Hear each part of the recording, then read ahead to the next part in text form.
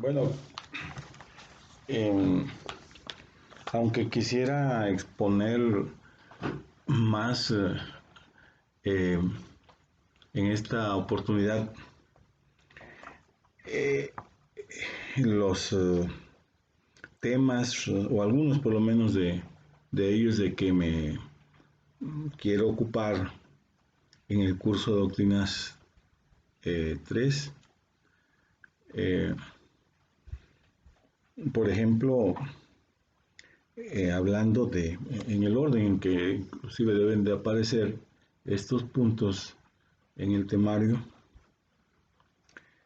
a la crítica que ha hecho Emmanuel Faye, basándose en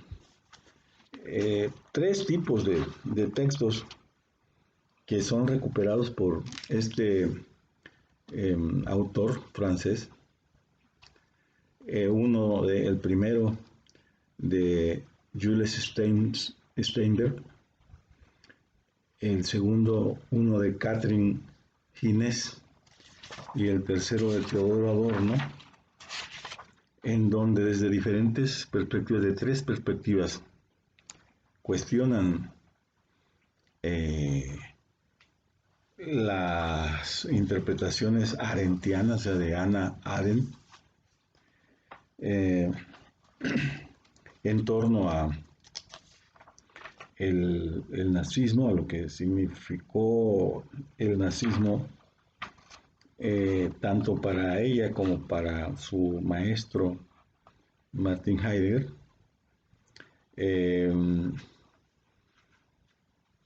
En un caso, en este que aborda un punto muy concreto, en el que el primero de esos autores eh, cuestiona precisamente eh, a este trabajo centralmente a este trabajo tan importante para el desarrollo de las doctrinas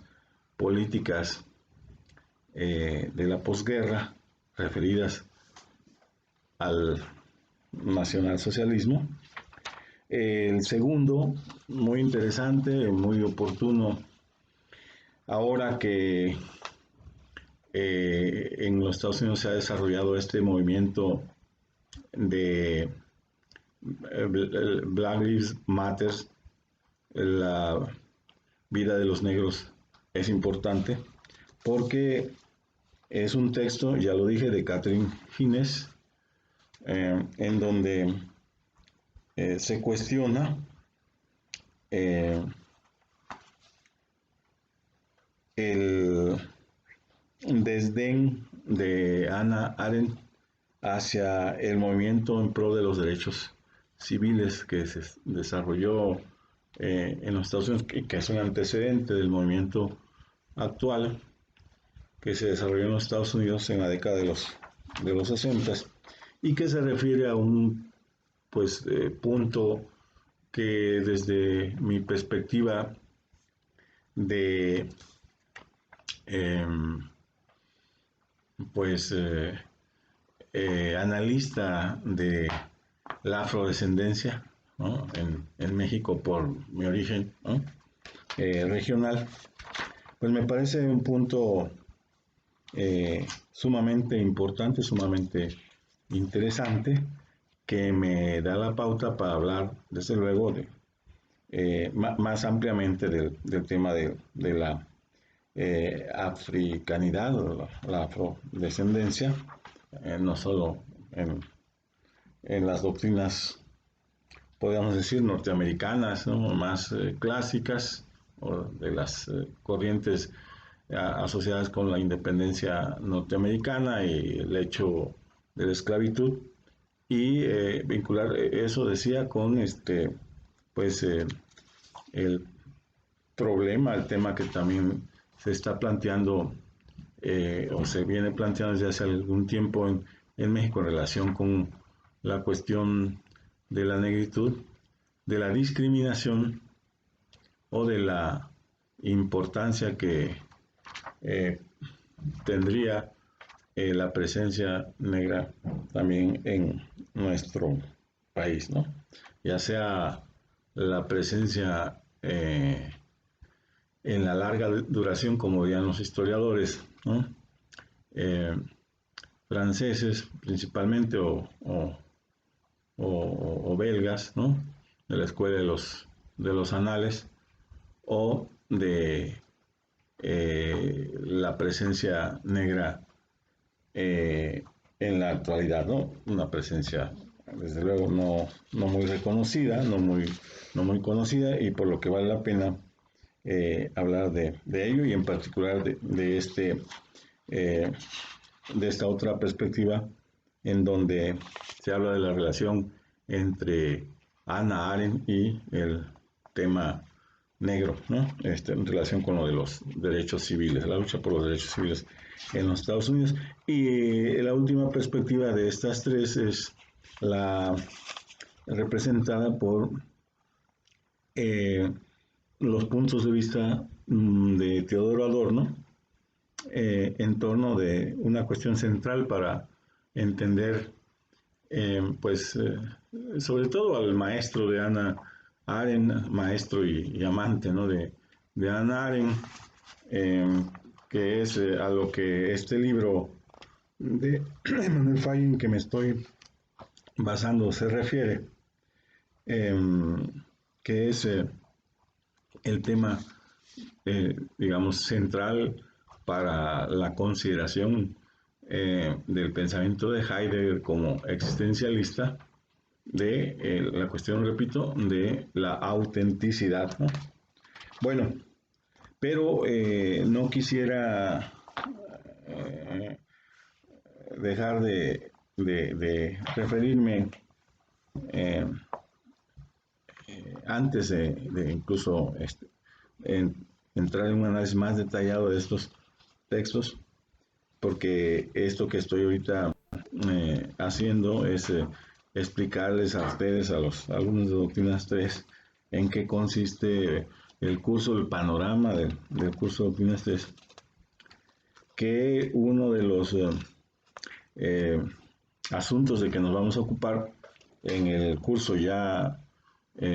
una vez que agotemos, si es que se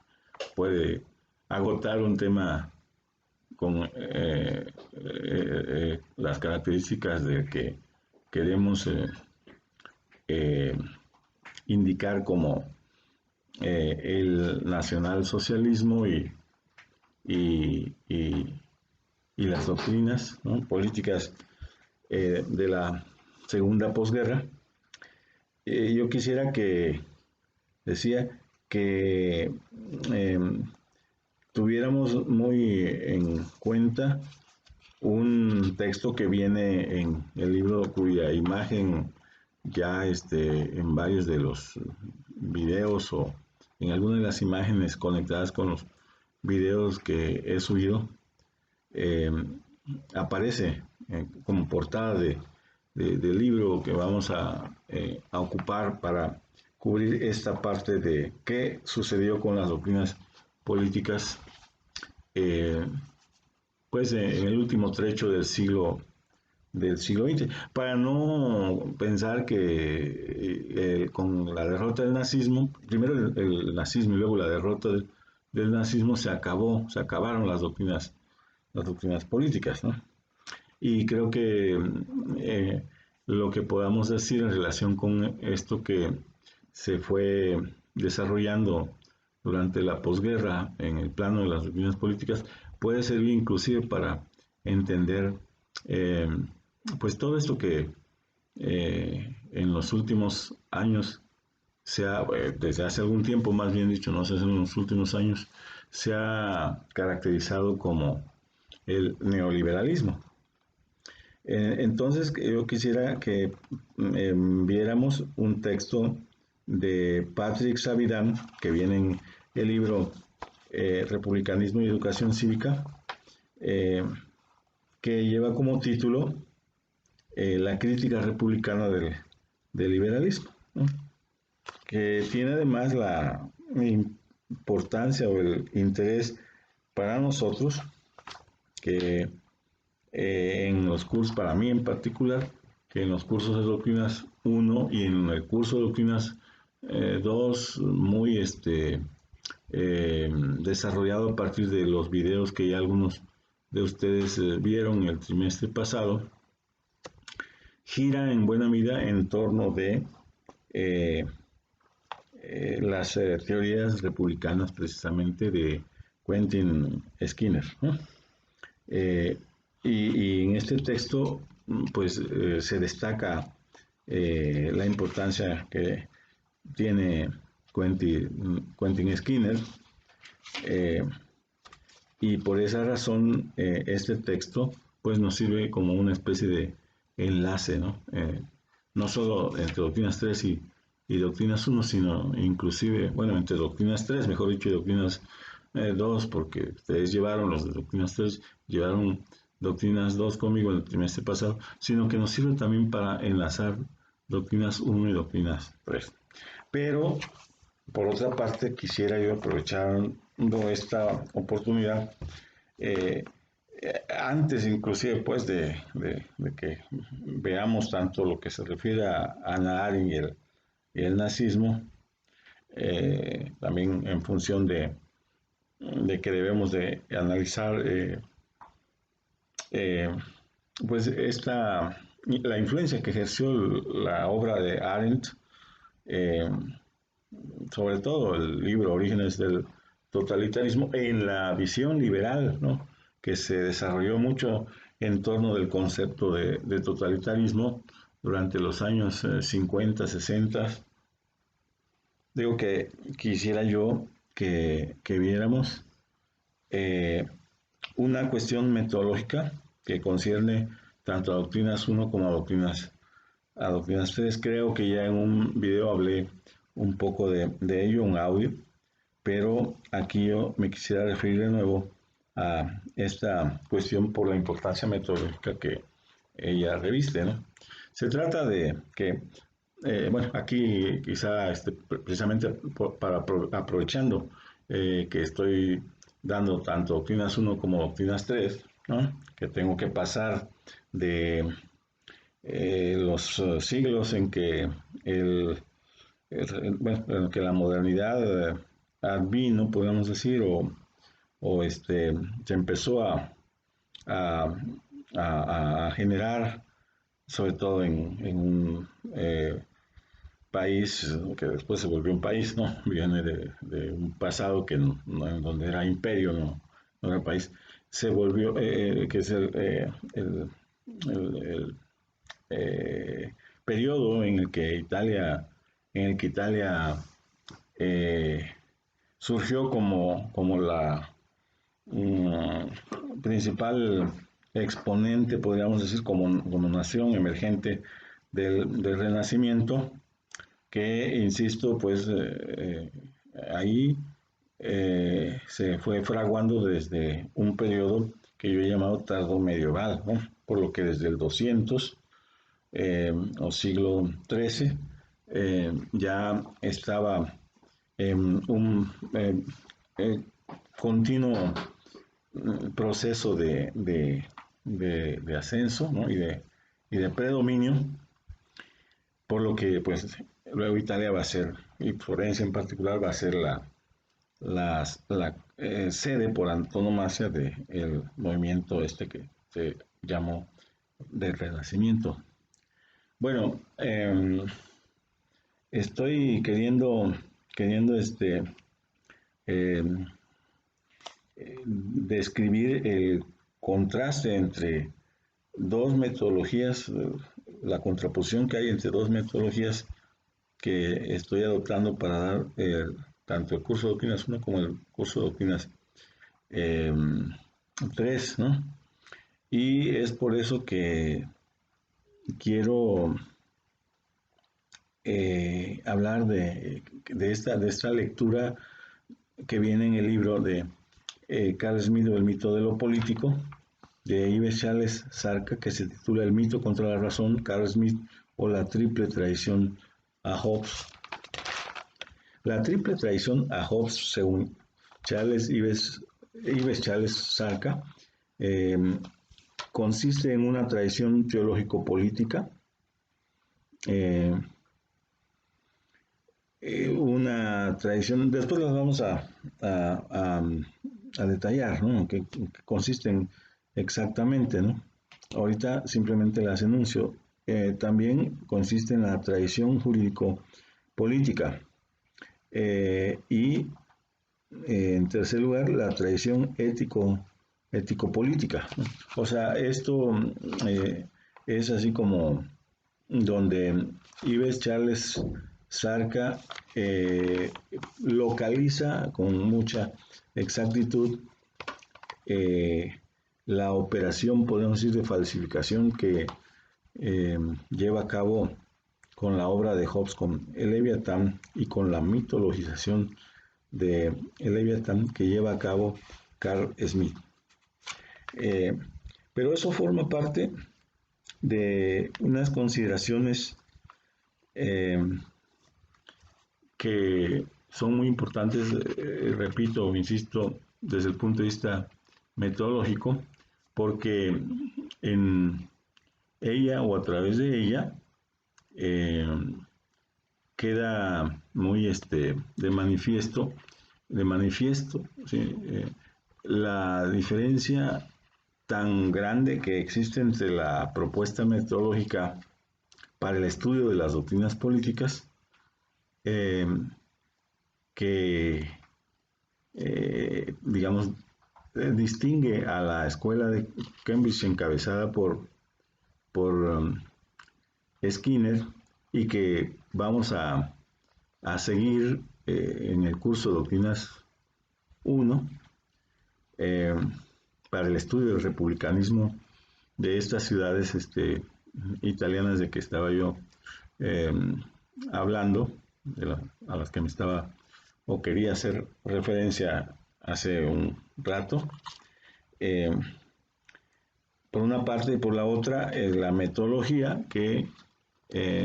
está eh, expuesta también, aunque de una forma así como muy concentrada en la interpretación que hace Ives Charles Sarka en este texto concretamente de las interpretaciones de Carl Smith sobre el Leviatán de Thomas Hobbes, ¿no? Que en resumen se podría decir que se refieren a esta idea eh, smithiana de que el mito eh, sustituye al argumento racional, podemos decir, para explicar muchas cosas. Smith aplica precisamente eh, al examen que hace, célebre examen que hizo de Leviatán de Thomas Hobbes, ¿no? Bueno, debo decir que esa interpretación es muy importante, digamos, considerarla en, en un auditorio relacionado con la UAM, porque la UAM hizo una edición hace algunos años de ese texto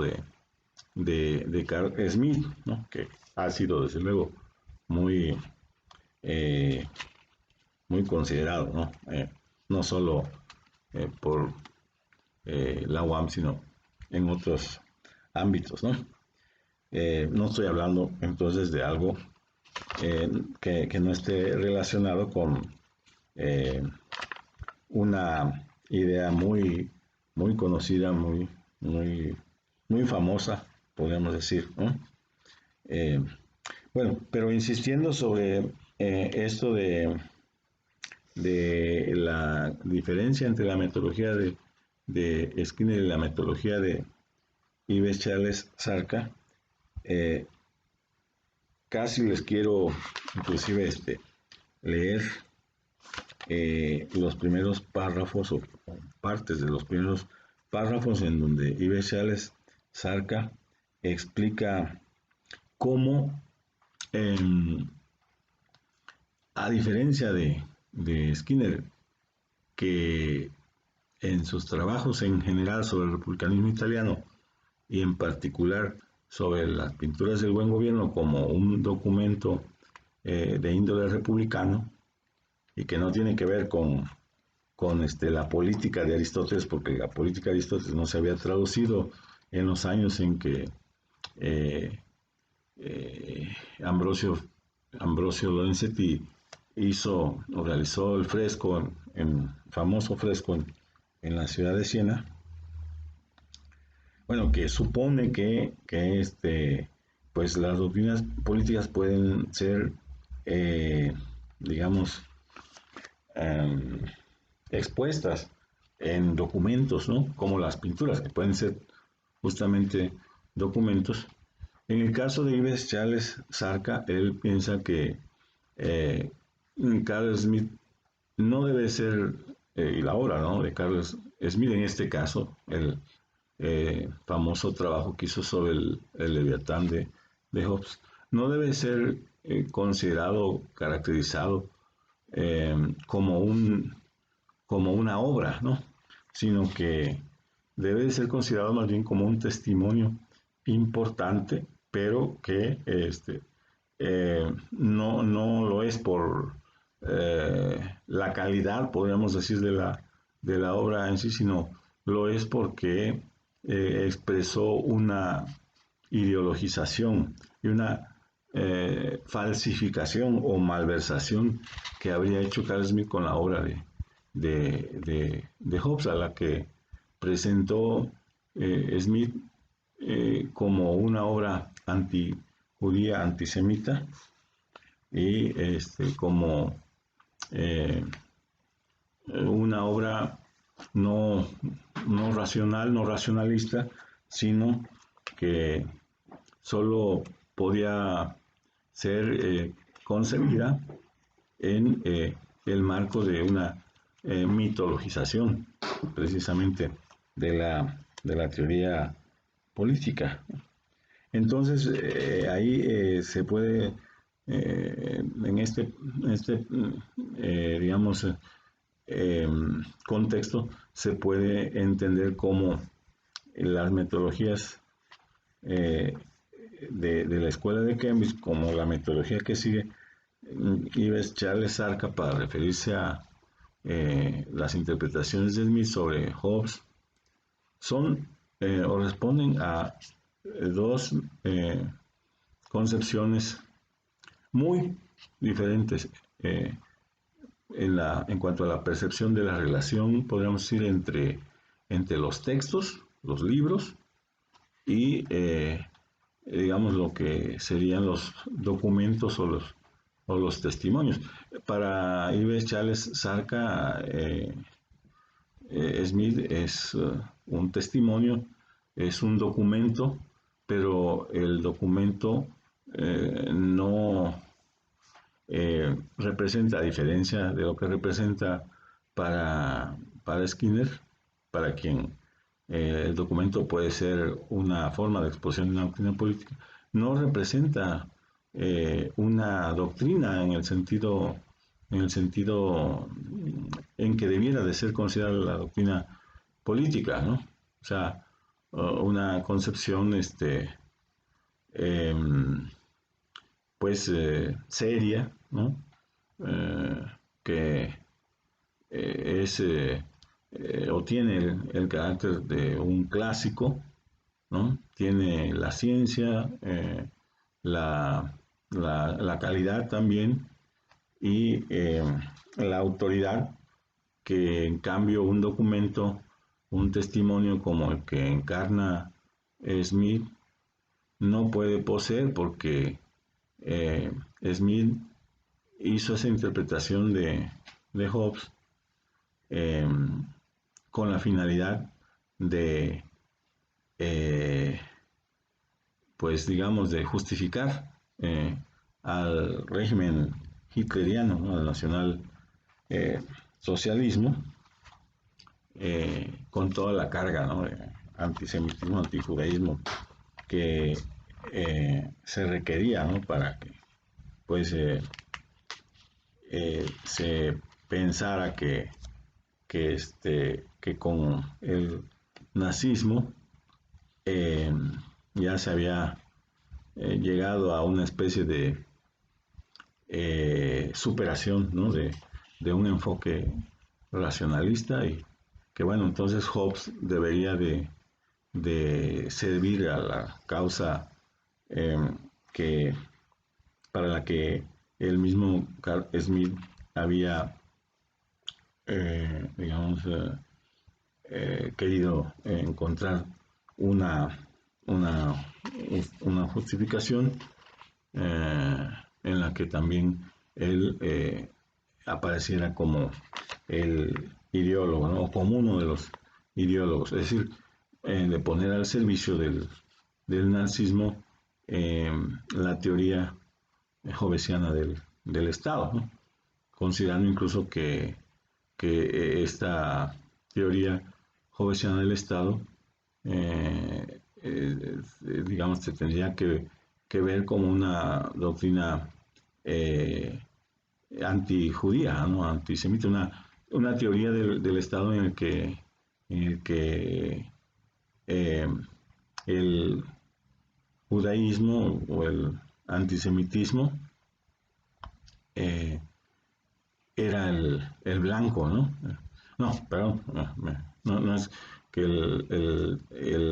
el antisemitismo y el antijudaísmo fueran el blanco, sino que eh, esas eh, cruzadas del nacionalsocialismo emprendidas por el régimen hitleriano eh, eh, respondían a esta necesidad de un eh, concepto de Estado que recuperara la dimensión racial que en las teorías políticas precedentes no tenían, carecían de esa dimensión y que por lo tanto, bueno, la misma idea del Estado que Hobbes enarbolaba era una doctrina del Estado desde el punto de vista de la interpretación de Smith que eh, encajaba muy bien con los proyectos del nacionalsocialismo tendientes a pues justificar la resolución del problema judío mediante ya sea la fórmula esta de la solución final o del exterminio. Creo que ya me extendí mucho, ya le paro ahí, ¿no?